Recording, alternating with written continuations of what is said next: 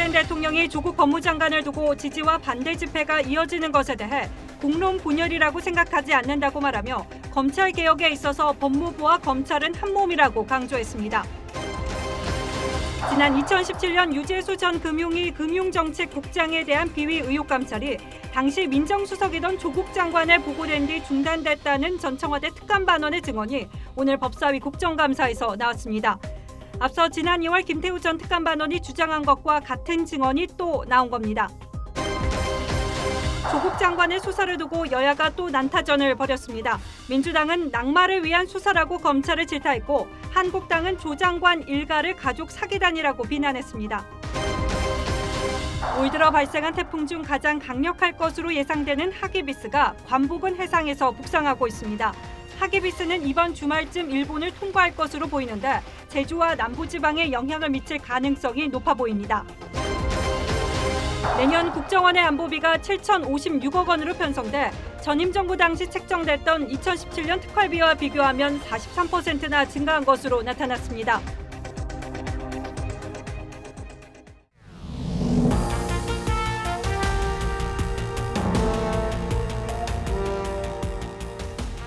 여러분 안녕하십니까? 뉴스9의 신동욱입니다. 지난 주말 국민들은 조국 지지와 조국 반대로 나눠진 선명한 경계선의 깊이를 다시 한번 확인했습니다. 그러면서 또다시 대통령의 생각이 궁금하다는 분들이 많았는데 오늘 문재인 대통령이 그 답을 냈습니다. 지금 광장에서 거리에서 벌어지고 있는 일들은 국론 분열이라고 보지 않는다고 했습니다. 더 나아가 긍정적인 측면도 있다고 말했습니다. 조국 장관 문제에 대해서는 입을 다물었고 검찰 개혁이 더욱 절실해졌다고 했습니다. 오늘은 먼저 현 시국에 대한 대통령의 상황 인식이 어떤지 청와대를 취재하는 최지원 기자가 기사를 썼습니다. 문재인 대통령은 지난주 광화문과 서초동으로 나뉜 조국 법무부 장관 임명 찬반 집회에 대해 국론 분열이 아닌 직접 민주주의 행위라고 규정했습니다. 정치적 사안에 대해 국민의 의견이 나뉘는 것은 있을 수 있는 일이며 이를 국론 분열이라고 생각하지 않습니다. 직접 민주주의 행위로서 긍정적인 측면도 있다고 봅니다. 그러면서 정치가 거기에 매몰돼서는 안 된다고 말했습니다. 다만 경청의 시간을 가진 만큼 이제 문제를 해결할 지혜를 모아달라며 다시 한번 검찰 개혁에 초점을 맞췄습니다. 다양한 의견 속에서도 하나로 모아지는 국민의 뜻은 검찰의 정치적 중립 보장 못지않게 검찰 개혁이 시급하고 절실하다는 것입니다. 청와대 핵심 관계자는 광화문 집회에 모인 분들은 검찰 개혁에 반대하는 것인지 되묻고 싶다고 말했습니다. 야당은 아전인수식 민심 해석이라고 비판했고 자유한국당은 조국 지키기는 검찰 개혁이 아니라고 했습니다. 검찰 개혁, 자유한국당도 100% 찬성합니다. 다만 검찰을 장악하고 통제하는 법무부 장관이 있는 한 진정한 검찰 개혁 논의는 사실상 불가능합니다. 검찰 개혁에 있어 법무부와 검찰은 한 몸이라며 검찰의 반발에 대해서도 공개 경고했습니다. TV조선 최지원입니다. 국회 국정감사에서 야당은 조국 장관이 민정수석 시절 청와대 특감반의 고위공직자 감찰을 중단시켰다는 의혹을 제기했습니다. 부산시 경제부시장으로 있는 유재수 전 금융위 국장 비위 사실이 조국 민정수석에게 보고된 뒤 돌연 감찰 중단 지시가 내려왔다는 겁니다. 당시 청와대 특감반에서 일했던 김태우 전 수사관도 이렇게 주장한 바 있는데 이번에는 다른 특감반원의 증언을 야당 의원이 공개했습니다. 이우경 기자가 취재했습니다. 청와대 특별감찰반이 휴대폰 포렌식 등을 통해 당시 유재수 금융위 금융정책국장에 대한 비위 사실을 포착한 건 2017년 10월쯤. 김도읍 자유한국당 의원이 공개한 전 청와대 특감반원 A씨 증언에 의하면 이모 특감반원이 작성한 감찰 보고가 이인걸, 박형철을 거쳐 조국 민정수석에게 들어가는 것을 봤지만 이후 이렇다 할 지시를 내리지 않았다고 했습니다. 2달 뒤 이인걸 특검반장 등 특감반 전체가 모인 회의에서 유재수 건은 더 이상 안 하는 걸로 결론이 났다고 조사하지 말라는 지시를 내렸다며 당시 이인걸 반장도 굉장히 분개했다는 겁니다. 앞서 김태우 전 특감반원도 윗선의 지시로 유 부시장의 비위 감찰이 무마됐다고 폭로했었습니다. 유 부시장은 기업들로부터 차량과 자녀 유학비, 항공권 등을 받았다는 혐의가 있었지만 금융위에서 징계를 받지 않은 채 사직한 뒤 지난해 부산시 경제부시장에 임명됐습니다. 비위가 명확한데도 승승장구할 수 있는 이유는 상당한 윗선의 개입이 있다고 전 특감반원은 주장한 것으로 전해졌습니다. 수사를 안 할 수가 없겠죠. 누구까지, 조국까지 특감반원들 전체를 조사를 해야 합니다. 검사장님. TV조선은 유 부시장의 입장을 듣기 위해 연락했지만 해명을 들을 수는 없었습니다. 다만 의혹이 불거진 지난해 12월 유 부시장은 특감반 조사를 받은 건 사실이지만 비위 수준의 흠결이 적발된 사실은 없다고 밝혔습니다. TV조선 이유경입니다. 유재수 전 금융위 국장, 현 부산시 경제부시장은 특정 금융회사 대표와 밀접한 관계를 맺으며 직무 관련 영향력을 행사한 의혹으로 감찰을 받았습니다. 당시에 제기된 의혹들은 어떤 것들이 있었는지 계속해서 윤태훈 기자가 설명하겠습니다. 2017년 11월쯤 작성된 청와대 특감반의 유재수 부산시 경제부시장 관련 감찰 중간 보고서입니다. 모 금융회사 대표와 수시로 연락하며 골프 접대, 식사 비용 결제 등 스폰 관계를 유지한 것으로 분석됨이라고 적혀 있습니다. 이 금융회사가 펀드 운영사로 선정되도록 우정사업본부 등의 압력을 행사했다는 내용도 있습니다. 유 부시장이 처에게 선물할 골프채를 사줄 것을 모 금융회사 임원에게 요구했다는 내용도 있습니다. 미국계 반도체 회사를 위해 행자부 차관을 통해 지방세 특례를 알선하고 대가로 골프 접대를 3회 정도 받은 정황이 발견된다고도 적혀 있습니다. M사는 현재까지 공장 신축과 관련하여 취득세만 총 120억 원을 감면받게 됩니다. 야당은 과거 유 부시장의 금융권 인사 개입 의혹도 제기했습니다. TV조선은 유 부시장의 해명을 드리려 했지만 연락을 받지 않았습니다. 유 부시장은 당시 비위 감찰 첩보는 음해성 정보였다고 지난해 12월 해명했습니다. TV조선 윤태윤입니다. 오늘 법사위 국정감사에서는 조국 장관 문제를 둘러싸고 하루 내내 격론이 벌어졌습니다. 야당 의원이 조국 장관 가족을 가족 사기단이라고 했다가 여당의 항의를 받았고 여당은 검찰의 피의사실 공표 문제를 집중적으로 따져 물었습니다. 조국 장관만 없었을 뿐이지 사실상 조국 청문회를 방불케 했습니다. 장혁수 기자가 현장 모습 전하겠습니다. 여야 의원의 충돌은 조국 장관 지칭 문제에서 촉발됩니다. 이미 천하가 다 아는 가족 사기단의 수괴를 장관이 임명하고 그를 검찰이 수사하는 과정에서 이 표현은 좀 지나친 거 아니겠습니까? 그냥 모욕적이고요. 인신공격적입니다. 법사에서 있어서는 안 되는 표현을 생각하고요. 이 점에 대해서 우리 정가변 존경하는 의원님께서 이 표현만큼은 철회하시고 여당의 고발로까지 이어진 피의사실 공표 문제를 놓고도 공방은 이어졌습니다. 이런 식으로 기사에 보면 검찰 관계자라고 하면 돼 있지 검찰 누구다, 어느 직위에 있다, 수사를 담당하고 있다. 피의사실 공표를 이렇게 즐기던 분들이 벌떼처럼 나서가지고 피의사실 공표하지 마라 라고 막 지금 중앙지검을 공격하고 있습니다. 수사팀장도 상기된 표정으로 가세합니다. 대정 진행 과정에서 압수수색 당일 있었던 상황과 압수수색 과정에서 통화한 내용에 관한 공방들이 벌어지고 배성범 서울중앙지검장은 여당 의원의 조국 일가 사건 사전 내사 의혹 제기는 사실이 아니라고 해명했습니다. 사건이 정식으로 접수되기 전에 그 사건의 여러 의혹에 대해서 조사해보는 거 이게 내사 아닙니까? 그러니까 그 단계를 하셨다는 거 그렇게 하셨다는 거예요? 그건 제가 그 사무실에서 신문을 보는 것을 내사라고 할 수 있겠습니까? 검찰이 조국 일가를 과도하게 수사하고 있다는 여당의 지적에 야당은 정 교수를 비공개 소환하고 조선 할인 없이 귀가시킨 것이 오히려 황제 조사라고 대응하기도 했습니다. TV조선 장혁수입니다. 두 차례 검찰 조사를 받고 돌아간 조국 장관의 부인 정경심 씨는 이번 주 다시 검찰에 나와 조사를 받을 예정입니다. 그러나 첫 번째, 두 번째 모두 조사 시간과 대우를 두고 논란이 크게 일고 있습니다. 그런데 조국 장관 인사청문회가 열렸던 지난달 6일 정 씨가 이른바 차명폰을 이용해서 조 장관과 통화한 정황이 드러났습니다. 표창장 위조 문제는 내가 다 안고 가겠다고 말한 것으로 알려졌습니다. 홍영재 기자가 취재했습니다. 지난달 6일 조국 법무부 장관 후보자의 국회 청문회가 시작됐을 무렵 조 장관 부인 정경심 교수는 국회 건너편 여의도의 한 호텔로 자산 관리를 맡았던 증권사 직원 김모 씨를 부른 것으로 전해집니다. 엿새 전 동양대 연구실 PC를 가지고 나왔을 때 김 씨 승용차에 자신의 노트북을 도수니 가져오라는 지시를 합니다. 김 씨 변호인에 의하면 당시 정 교수는 노트북 가방 안 휴대폰 공기계를 꺼내 김 씨가 호텔에서 빌려온 클립을 이용해 갖고 있던 유심칩을 끼운 뒤 조 장관에게 전화를 걸었다고 검찰에 진술했습니다. 김 씨는 당시 정 교수가 동양대 표창장과 관련해 조교가 한 것 같다며 청문회에서 위조 사실을 수긍하라, 내가 다 안고 가겠다고 말하는 것을 들었다고 검찰에 진술했습니다.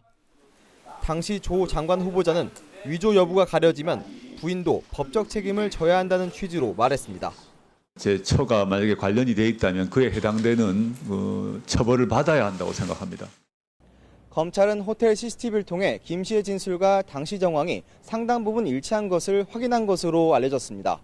검찰은 사라진 정 교수의 노트북과 당시 이용된 휴대폰의 통화 내역 분석에 주력하고 있습니다.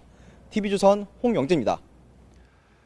조국 장관의 동생은 웅동중학교 교사 채용 대가로 돈을 받은 혐의로 지금 구속영장이 청구된 상태입니다. 그리고 내일 영장 실질 심사를 받을 예정이었는데 오늘 갑자기 허리병이 악화됐다며 병원에 입원을 했습니다.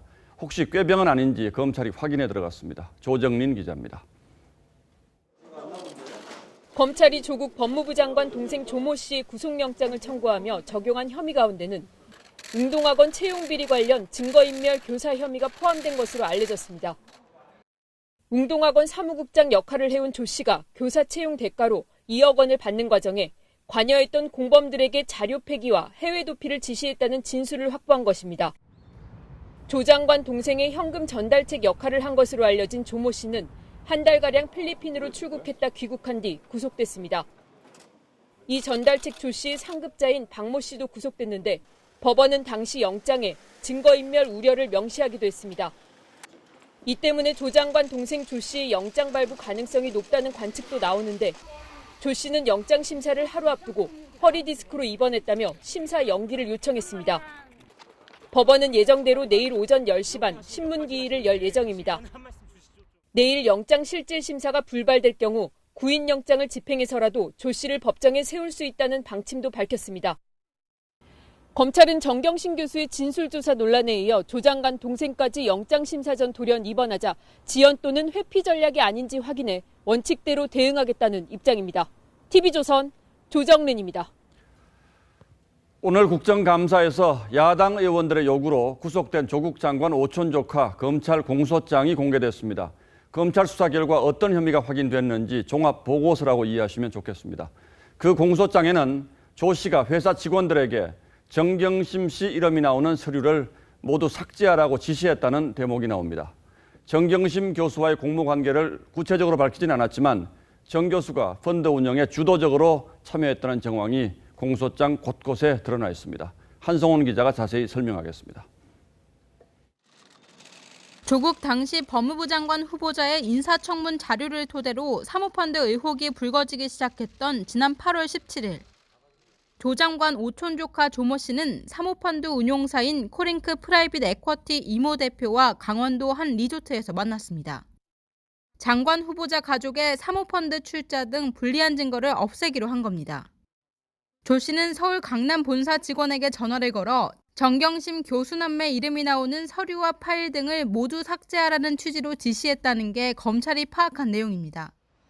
그로부터 이틀 뒤 코링크 사무실 노트북과 하드디스크까지 교체하도록 했고 이후 필리핀으로 도피한 것으로 검찰은 보고 있습니다.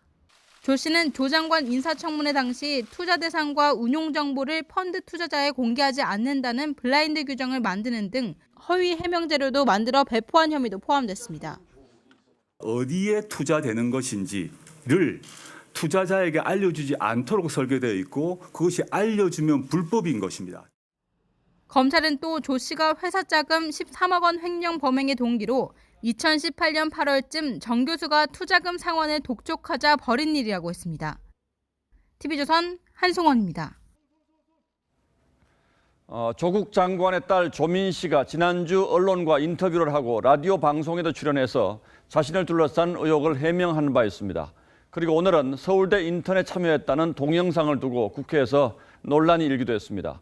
조민 씨의 주장을 어디까지 믿어야 할지 지금부터 상세히 따져보도록 하겠습니다. 자, 강동원 기자, 서울대 인턴 문제부터 살펴보죠. 아버지가 연사로 나섰던 서울대 공익인권법센터 세미나 인턴 문제죠? 그렇습니다. 본인은 전화로 지원했다고 주장했잖아요. 예, 그렇습니다. 한 언론과의 인터뷰에서 직접 밝힌 말입니다. 활동 기간이 2009년 5월 1일부터 15일까지였고요. 서울대 공익인권법센터에서 인턴 증명서를 받아서 고려대학교 입시에 사용을 했습니다. 자, 그런데 이게 어떤 부분에서 문제가 있습니까? 그러니까 공고를 보고 직접 전화를 했다. 바로 이 부분입니다. 예. 조민 씨가 했다는 인턴은요, 이 서울대 공익인권법센터에서 주최한 동북아시아의 사형제도 국제 컨퍼런스인데요. 자, 당시 공익인권법센터는 이 컨퍼런스와 관련해서 이 모집 공고조차 내지 않았었습니다. 예. 자, 저희가 서울대 법대 홈페이지에서 인턴이라는 단어를 검색해 봤더니 이 공익인권법센터 측이 공고를 올린 인턴 모집 요강은 6건이 이렇게 나왔습니다.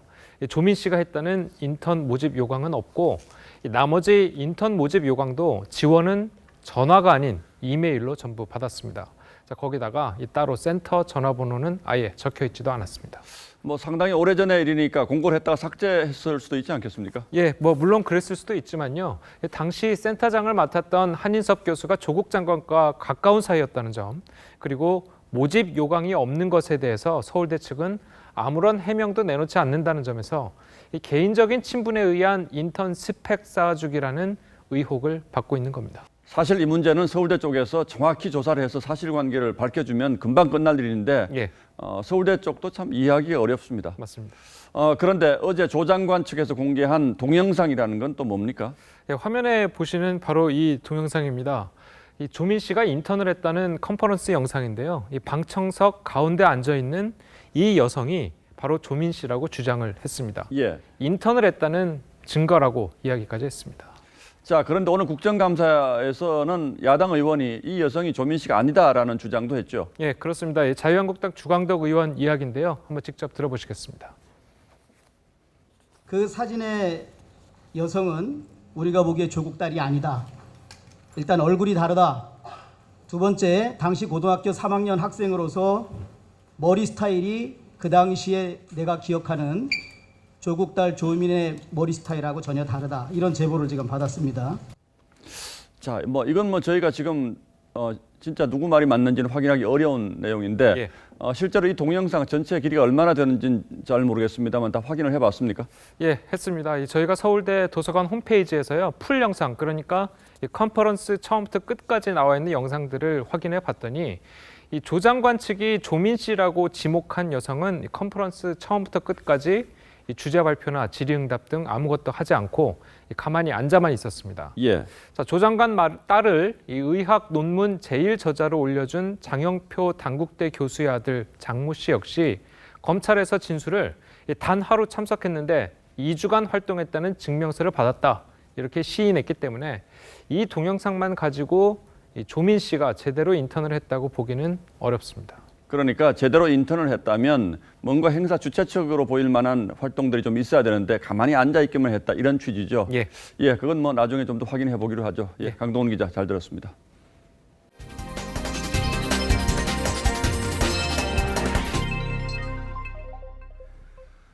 대통령의 검찰 개혁 주문에 대해서 검찰이 속전속결로 답을 내고 있습니다. 특수부 축소, 사건 관계자 공개 소환 전면 금지에 이어 이번에는 인권 침해라는 비판이 있었던 심야 조사도 없애겠다고 발표했습니다. 법무부 역시 대검찰청이 갖고 있던 검사 감찰권을 빼앗는 방안을 추진키로 해서 법무부와 검찰이 개혁 주도권 경쟁을 벌이는 모양새가 됐습니다. 보도에 이재중 기자입니다. 조국 법무부 장관은 출근길에 준비했던 원고를 들고 검찰 개혁을 재차 강조했습니다. 검찰은 그 조직 자체 또는 법적 카르텔을 위해 존재해서는 안 되기 때문입니다. 대검찰청은 화답하듯 심야 조사 폐지를 세 번째 자체 개혁안으로 내놨습니다. 발표 시간도 법무검찰개혁위원회 회의가 시작된 오후 2시에 맞췄습니다. 검찰은 오후 9시 이후 사건 관계인 조사를 원칙적으로 폐기한다며 윤석열 검찰총장의 취임 이전부터 검토됐던 개혁 과제라고 설명했습니다. 하지만 지난 1일 특수부 축소를 시작으로 공개 소환 폐지 등 잇단 검찰의 개혁 방안 발표에 검찰이 개혁을 빌미로 한 법무부의 영향력 행사를 선제적으로 차단하려는 조치라는 분석도 나옵니다. 이에 대응해 법무검찰개혁위원회는 검사 감찰권을 법무부가 행사하도록 권고안을 냈습니다. 검찰의 자체 행보를 탐탁치 않게 보는 분위기도 감지됩니다. 알아서 하시겠지. 본인 책임으로 하는 거지 뭐. 본인 책임으로 의견을 밝히든지 본인 책임으로 발표를 하든지 다 어린애도 아닌데. 아니? 겉으로는 조 장관과 윤 총장이 검찰개혁이라는 같은 목표를 향해 움직이는 것처럼 보이지만 개혁의 주도권을 놓고 힘싸움에 들어간 것이라는 분석이 나옵니다. TV조선 이재중입니다. 시청자 여러분들께는 아직 윤모 총경이라고만 알려진 경찰관이 있습니다. 버닝썬 사건에서 경찰총장으로 처음 알려졌던 바로 그 인물입니다. 경찰청장보다도 더 힘이 세다고 해서 경찰총장이라고 불렸다는 얘기도 있습니다. 그런데 이 윤모 총경에 대해서 검찰이 구속영장을 청구했습니다. 한 기업에 대한 경찰 수사를 막아준 대가로 주식을 받은 혐의인데 이 회사는 조국 일가의 펀드와도 관련이 있습니다. 윤 총경을 둘러싼 의혹의 고리에 오늘의 포커스를 맞췄습니다. 정복 차림의 한 경찰관이 있습니다. 경찰총장이란 별명으로 불리는 윤모 총경입니다. 노무현 청와대에 이어 문재인 청와대에서 근무해 제일 잘 나가는 경찰로 불렸죠. 경찰총장 부인 맞으십니까? 경찰총장이란 그의 별명은 가수 승리의 카톡 대화방에서 나왔죠. 승리가 차린 술집을 누군가 신고를 했는데 이때 승리의 한 지인이 경찰총장의 문자를 봤는데 누가 신고한 것도 다 해결될 듯이라고 메시지를 보낸 겁니다. 편히 봐주신 적 있으세요, 수사편이? 경찰 수사 결과 윤 총경은 단속 내용을 승리 측에 알려준 것으로 확인됐습니다. 버닝썬과 경찰의 추가 유착 의혹이 컸지만 경찰이 윤 총경에 대해 확인한 건 이뿐. 모든 의혹에 대해서 저희가 저희 나름대로는 낱낱이 파헤쳐서 수사를 했다고 생각. 의혹을 규명했다는 경찰청장 말과는 달리 검찰은 지난달 27일 경찰청을 전격 압수수색했습니다. 윤 총경 관련해서 새로운 혐의가 나온 건가요? 검찰이 의심하는 것은 무엇일까요? 검찰은 윤 총경이 2016년 잉크 회사인 큐브스 대표 정모 씨에 대한 경찰 수사를 무마해주고 그 대가로 큐브스 주식을 받아 챙긴 것으로 보고 있습니다. 대표 정 씨는 승리에게 윤 총경을 소개해준 인물이기도 하죠. 경찰은 윤 총경의 주식 관련 의혹을 내사 중이라고 뒤늦게 인정했습니다. 경찰 내사 중이라면서요? 그거는 저희가 주식 거래 부분은 저희가 내사하는 부분이 있고. 검찰의 의심은 여기서 끝이 아닙니다. 조국 장관 일가 돈이 10억 원 넘게 들어간 코링크 PE는 2017년 말 WFM이란 회사를 인수하죠. 그런데 WFM은 2014년 큐브스에 8억 원을 투자한 회사로 WFM 현 대표는 큐브스에서 이사로도 일한 바 있습니다. 윤 총경이 청와대에 파견돼 조국 민정수석 밑에서 일한 건 2017년 7월부터죠. 윤 총경이 주식을 가진 회사가 조국 일가 펀드와 연결돼 있는 겁니다. 버닝썬 사건의 최초 고발자인 김상교 씨는 경찰총장이란 윤 총경 별명에 대해 단어를 잘못 쓴 게 아니라 경찰청장보다 힘이 세서 붙은 실제 별명이라고 했죠. 과연 검찰은 어디까지 밝혀낼 수 있을까요? 뉴스나인 포커스였습니다. 최강 태풍 하기비스가 괌에서 한반도를 향해 북상하고 있습니다. 일본 쪽으로 향할 것으로 예보됐지만 이 하기비스의 몸집을 보면은 어마어마합니다. 한반도의 면적보다 배 이상 큰 구름대를 머금고 있습니다. 때문에 하기비스가 지금 예보대로 일본 규슈 남단으로 지나간다고 해도 주말쯤 제주와 남부지방에 영향을 미칠 가능성이 높습니다. 자세한 전망은 이채림 기자가 전합니다. 제19호 태풍 하기비스는 어제 새벽 괌 동쪽 해상에서 태풍으로 발달했습니다. 오키나와 동남동쪽 해상을 지나는 9에서 10일에는 중심기압이 915헥토파스칼까지 내려가며 최성기를 맞을 것으로 보입니다. 지난 2003년 9월 한반도를 덮쳤던 태풍 매미와 비슷한 매우 강한 정도의 중형 태풍입니다. 필리핀 인근에서 발달해 이동기간이 짧았던 태풍 미탁과는 달리 하기비스는 고수온 해역을 동서로 가르지르며 많은 에너지를 축적합니다. 이번 태풍 같은 경우에는 상당히 동쪽 편에서 거의 160도 근처에서 발달하다 보니 올해 생긴 태풍 중에 가장 강할 수는 있다. 하기비스는 오키나와 인근에서 북동쪽으로 방향을 바꿔 12일엔 일본 규슈 남쪽까지 올라온 뒤 일본을 관통할 것으로 보입니다. 우리나라 북쪽에서 찬 공기가 내려와 진로는 일본 쪽으로 진출이 예상되지만 여전히 변동성은 있겠습니다. 태풍이 일본으로 향하더라도 강풍 반경이 400km 이상이어서 이번 주말 제주와 남부지방은 간접 영향을 받을 가능성이 높습니다. 올해 우리나라에 영향을 미치는 태풍은 하기비스까지 포함하면 8개로 역대 최다입니다. TV조선 이채림입니다. 견습 운전기사가 몰던 마을버스가 조장 미숙으로 철길 건널목에서 시동이 꺼지면서 전동차와 충돌했습니다. 충돌 직전 일부 승객들은 창문으로 뛰어내리는 등 위급한 순간도 발생했는데 천만다행으로 4명이 가볍게 다치는 데 그쳤습니다. 유성현 기자입니다. 마을버스가 철길 건널목에 멈춰섰습니다. 버스 지붕에 차단기가 걸쳐 있습니다. 승객들이 버스 창문으로 황급히 뛰어내리는 순간 달려온 전동차가 버스를 그대로 들이받습니다. 어젯밤 10시 50분쯤 경의중앙선 고양 백마역 근처에서 전동차가 철길에 서 있던 마을버스와 충돌했습니다. 버스에는 운전기사 2명과 승객 10명 등 12명이 타고 있었습니다. 미처 탈출하지 못한 운전기사와 승객 3명 등 4명이 다쳤습니다. 버스는 이곳 철길 건널목을 건너다 시동이 꺼지면서 그대로 멈춰섰습니다. 버스는 2분 동안 건널목을 빠져나가려 했지만 시동이 다시 걸리지 않았습니다. 철길 안전관리자가 급히 수신호를 보내 전동차 속도를 줄였습니다. 그때 밤이니까 이제 그걸 어떻게 10배를 구르니까 모르니까 이제 요거 안 했으면요. 참 대형 사고죠. 사고 버스 업체는 연수를 받던 견습기사가 운전하다 조작이 미숙해 시동이 꺼졌고 동승했던 선임 운전기사가 긴급 조치를 하려다 실패해 승객들을 대피시켰다고 밝혔습니다. TV조선 유성현입니다.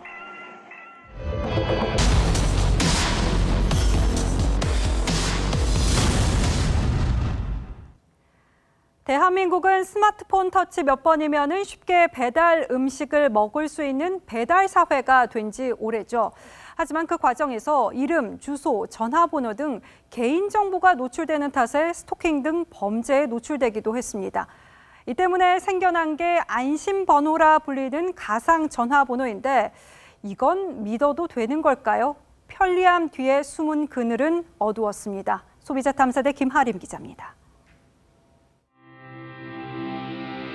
갈증을 달래려고 커피와 음료를 배달시킵니다. 개인 연락처 노출을 막으려 안심번호로 주문했습니다. 그런데 배달원 전화에 자신의 실제 번호가 떠 있어 물어봤습니다. 안심번호는? 안심번호는 제가 걸 때가 안심번호예요. 다시 전화 주시면 고객님 번호를. 안심번호를 남겼는데 어떻게 된 걸까? 위치를 확인하려 배달원에게 연락하자 이때 개인 전화번호가 드러난 겁니다. 이게 전화번호가 되고 마냥 그러면 굳이 쓸 필요가 있나 싶고 좀 사기당한 기분? 안심번호는 인터넷 쇼핑이나 택배 주문, 개인 간 온라인 거래 등을 할 때 이동통신사가 제공하는 가상 연락처입니다. 개인정보 유출로 인한 명의 도용이나 성범죄 등을 우려해 안심번호를 이용하는 건데 고객 입장에선 안심번호라고 하면 전화를 걸 때나 받을 때 모두 실제 번호가 가려진다고 생각하기 쉽습니다. 하지만 안심번호는 상대방으로부터 전화를 받을 때만 유효합니다. 연락을 못 받았거나 문자를 보내야 해서 상대방에게 전화를 걸 때는 실제 번호가 그대로 노출됩니다. 자동차에도 가상 연락처를 두는데 콜백, 즉 답신 전화를 하거나 문자로 연락하면 원 연락처가 상대방에게 드러납니다.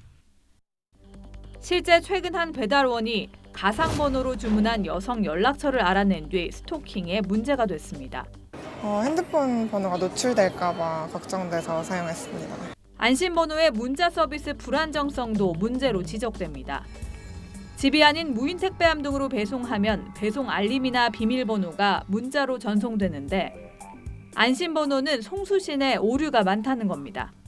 없는데 다 열 수가 없잖아. 놓친 문자나 비밀번호를 다시 받으려면 절차가 복잡하고 이 과정에서 개인 연락처가 노출되기도 합니다. 이 때문에 가상번호를 이용한 상거래도 쉽지 않다는 호소도 많습니다. 2줄 정도만 넘어가도 문자가 안 들어가요. 거의 대부분 안심번호는. 취재진이 한 중고거래 사이트에 매물을 올리고 안심번호를 등록해봤습니다.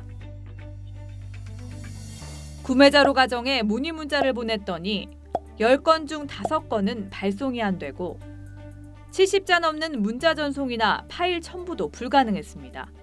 사정이 이렇다 보니 판매자와 구매자, 택배기사까지 모두 안심번호 불편을 호소합니다. 많을 땐 15% 이제 못 받았다고 하면서 연락이 계속 오는 것들이죠. 안심번호 보안성과 편의성을 더 강화할 순 없는 걸까? LMS하고 MLS를 지금 개발을 검토하고.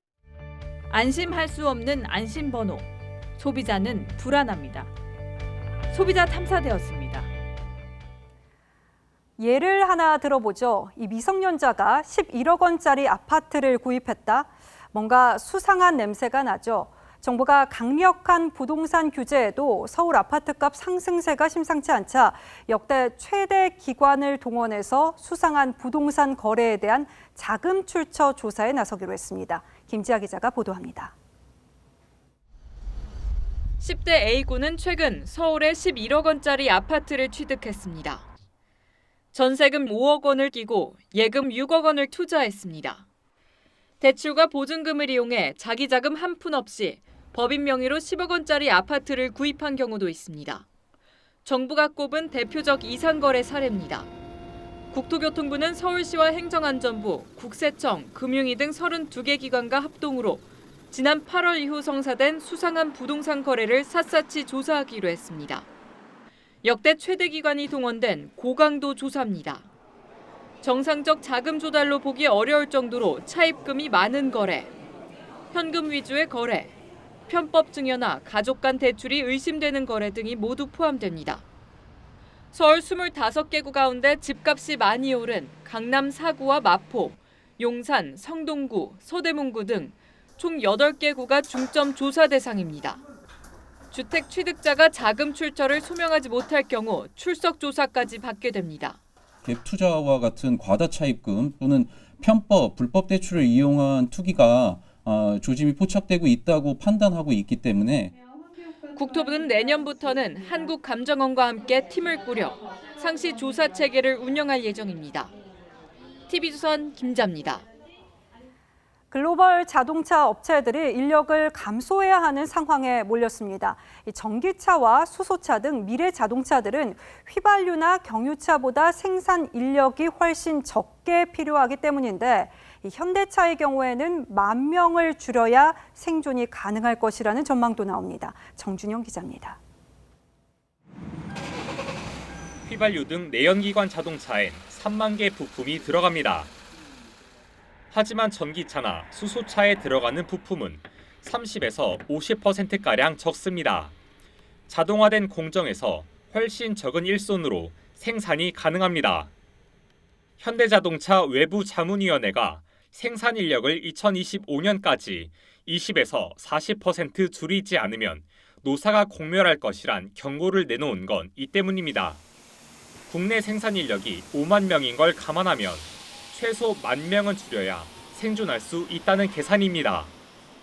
2025년까지 생산직 17,000여 명이 퇴직 등으로 자연 감소 예정인 가운데 신규 인력 증원은 크게 줄어들 전망입니다. 해외 업체들도 생존을 위한 구조조정에 나서고 있습니다. GM은 14,000명 구조조정에 돌입했고 폭스바겐은 내년까지 3만 명을 감원할 계획입니다. 닛산은 2023년까지 12,500명을 줄이겠다고 밝혔습니다. 약 30% 판매가 줄어든다는 뜻도 가지고 있기 때문에 그럼 노사 합의를 통해서 자리매김하에서 미래의 먹거리를 제대로 찾느냐가 중요한 과제라고 볼 수가 있습니다. 또한 소유에서 공유로 차에 대한 개념이 바뀌고 있어 자동차 산업 개편발 일자리 충격은 더욱 커질 전망입니다. TV조선 정준영입니다. 예, 다음 뉴스입니다. 국가정보원이 쓰는 특수활동비라는 게 있습니다. 흔히 특활비라고 부르죠. 국정원 업무의 특성상 이 돈은 어디에 쓰이는지 전혀 공개되지 않습니다. 그래서 지난 정부 국정원장들을 감옥으로 보낸 원인을 제공했고 이 특활비에도 적폐라는 딱지가 붙었습니다. 그런데 문재인 정부가 들어서서도 이 특활비가 이름만 안보비로 바뀌었을 뿐 액수는 오히려 크게 는 것으로 확인됐습니다. 얼마나 늘었는지 또 왜 늘었는지 이태희 기자가 취재했습니다.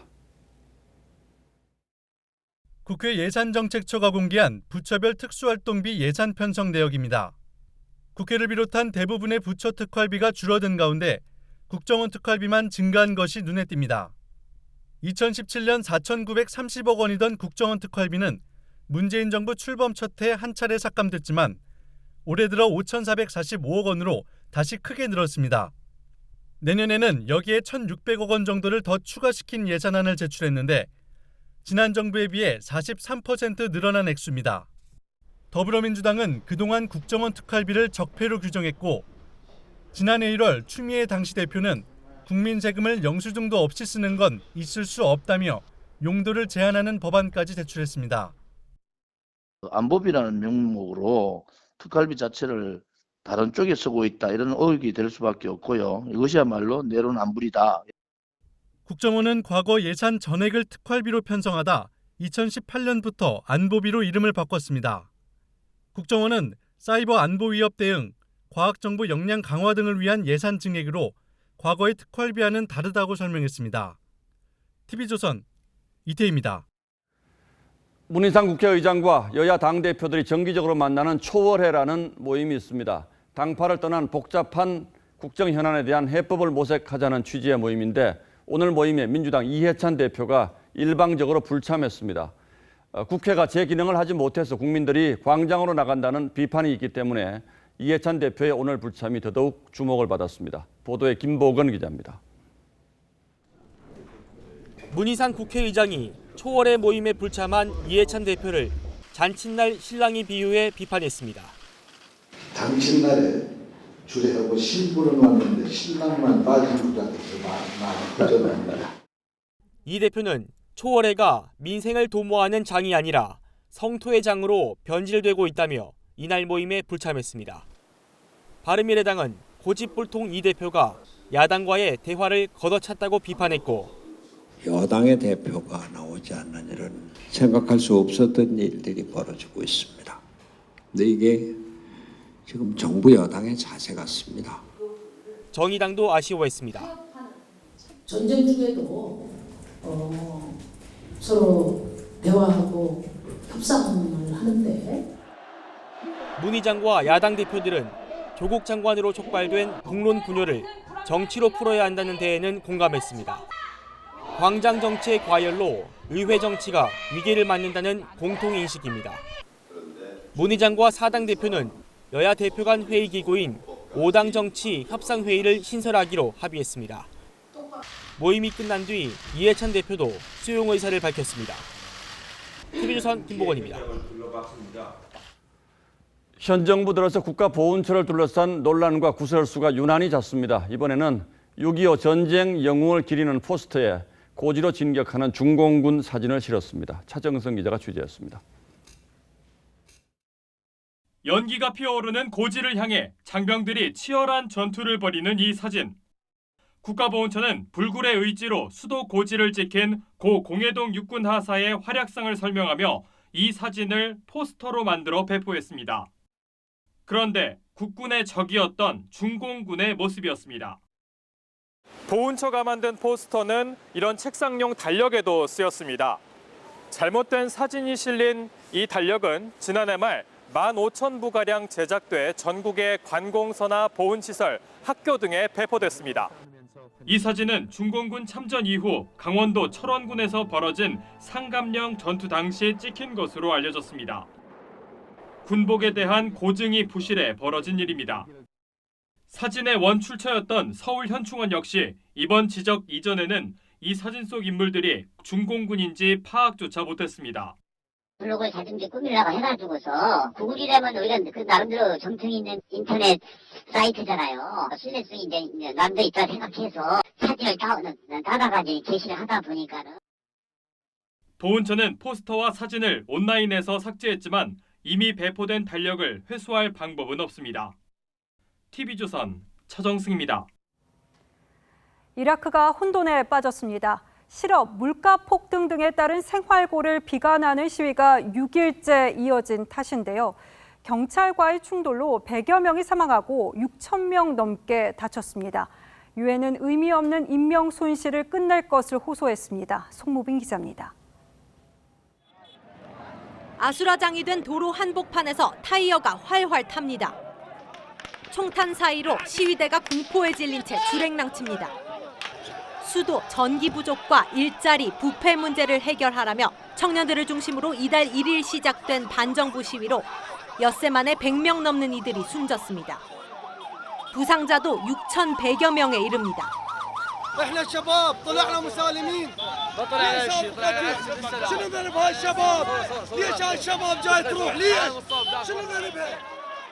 현지 시간 6일 이라크 군인들이 수도 바그다드 인근에 모인 시위대 300명을 향해 발포를 하면서 사상자는 훨씬 더 늘 것으로 보입니다. 이라크 정부는 충돌 자체를 부인했습니다. كأيادي خبيثة ولئيمة استهدفت الضحايا سواء من القوات الأمنية أو من المتظاهرين. 이라크 전역이 폐허가 됐고 국영방송국에 괴한이 들이닥쳤습니다. ملثمة غير معروفة جهة أمنية غير معروفة كانوا لابسين أسود واقتحموا القناة وكسروا كل ما موجود. 이라크 총리는 극빈층 지역에 주택을 짓고 실업자에게 직업 훈련을 하겠다고 나섰지만 시위는 사그라들지 않고 있습니다. TV조선 송무빈입니다. 조선시대 임금은 출출할 때 어떤 간식을 즐겼을까요? 잠시나마 임금이 되어서 다과상을 체험해 볼 수 있는 기회가 궁궐의 부엌인 소주방에서 열렸는데요. 구민성 기자가 다녀왔습니다. 날이 어두워지고 흙내문 앞에 사람들이 모여듭니다. 관람객들이 줄지어 근정전을 지나 문을 여러 번 통과하니 궁중부엌인 소주방이 나옵니다. 소주방은 궁중 잔치 음식을 만들던 곳입니다. 관람객들은 이곳에서 왕이 드시던 다과를 직접 체험했습니다. 조선 왕실 진상품이었던 왕골방석에 앉아 있으면 나인들이 정성스럽게 나주소반에 다과상을 내옵니다. 다과상에는 조선 왕실의 대표적 보양식인 타락죽을 비롯 임금의 탄신일에 반드시 올렸던 두텁떡이 올라옵니다. 타락죽은 맵쌀과 우유로 쑤어 만든 왕의 보양식이었던 죽입니다. 두텁떡 또한 대표적인 왕실의 떡으로 가을 제철을 맞은 곶감과 삼색 송편을 맛보고 맛있다. 국화차 한 모금에 궁궐의 맛을 즐깁니다. 왕들이 먹었던 이런 차나 간식들을 먹을 수 있어서 되게 좋았던 경험 같습니다. 외국인들도 조선 궁중 음식의 독특한 매력에 빠져듭니다. I've only seen them in dramas before, but now I'm able to experience them myself. So it's pretty interesting for me. 궁궐에서 직접 맛보는 임금님의 다과상. 600년 전통의 맛을 느낄 수 있는 자리였습니다. TV조선 구민성입니다.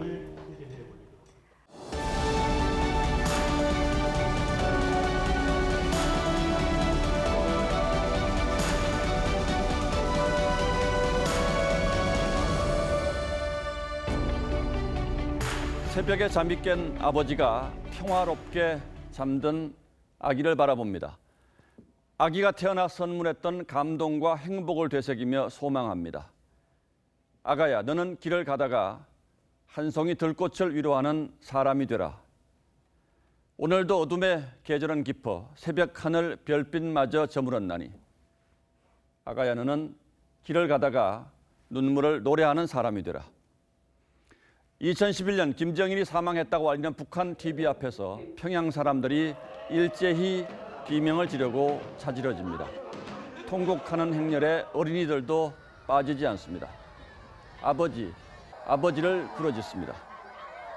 이 생경한 장면에 이미 다 알고 있었으면서도 우리는 다시 한번 큰 충격을 받았습니다.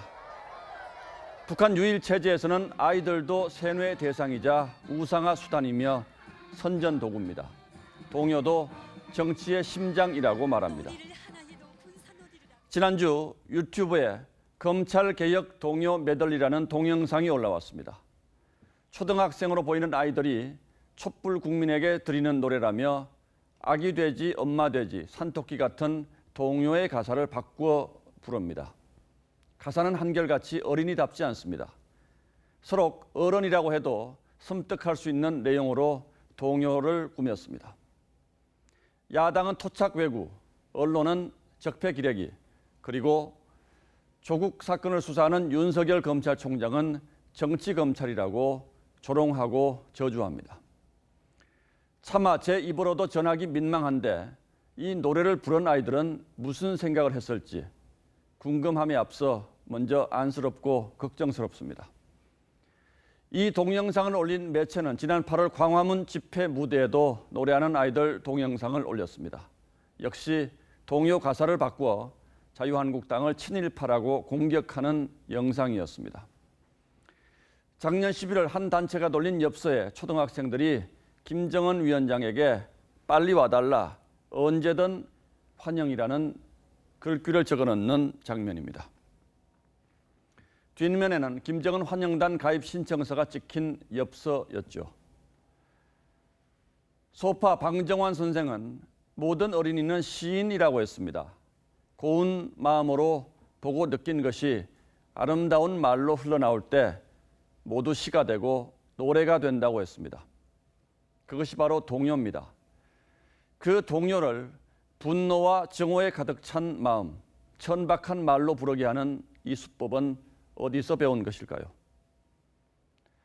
나라가 둘로 쪼개진 것도 모자라 이제는 아이들까지 그 전선에 마구 내모는 현실에 가슴이 조여오고 탄식이 절로 나옵니다. 도대체 이 나라가 어디로 가고 있습니까? 10월 7일 앵커의 시선은 아이들은 죄가 없다였습니다. 내일은 가을비 대신 쌀쌀한 가을바람이 불어오겠습니다. 옷차림 따뜻하게 하셔야겠는데요. 서울의 경우 내일 한낮 기온이 20도에 머물겠고요. 바람 때문에 실제로는 더 쌀쌀하게 느껴지겠습니다. 특히 한글날인 모레 아침에는요, 서울이 8도까지 떨어져 가을 추위가 찾아오겠습니다. 휴일 계획에 참고하시면 좋겠고요. 건강관리도 잘 하셔야겠습니다. 내일 기온은 오늘보다 4, 5도 높겠습니다. 청주와 대전이 22도, 대구와 부산은 24도로 예상되고요. 해상에서는 서해와 동해상을 중심으로 바람이 강하게 불겠습니다. 19호 태풍 하기비스는 올해 들어 가장 강력한 태풍이 될 것으로 보입니다. 현재로서는 일본에 상륙할 가능성이 큰데요. 우리나라도 간접적인 영향을 받을 수 있어서 앞으로 발표되는 정보를 예의주시하셔야겠습니다. 날씨였습니다. 월요일 뉴스9는 여기서 모두 마치겠습니다. 네, 시청해주신 여러분 고맙습니다.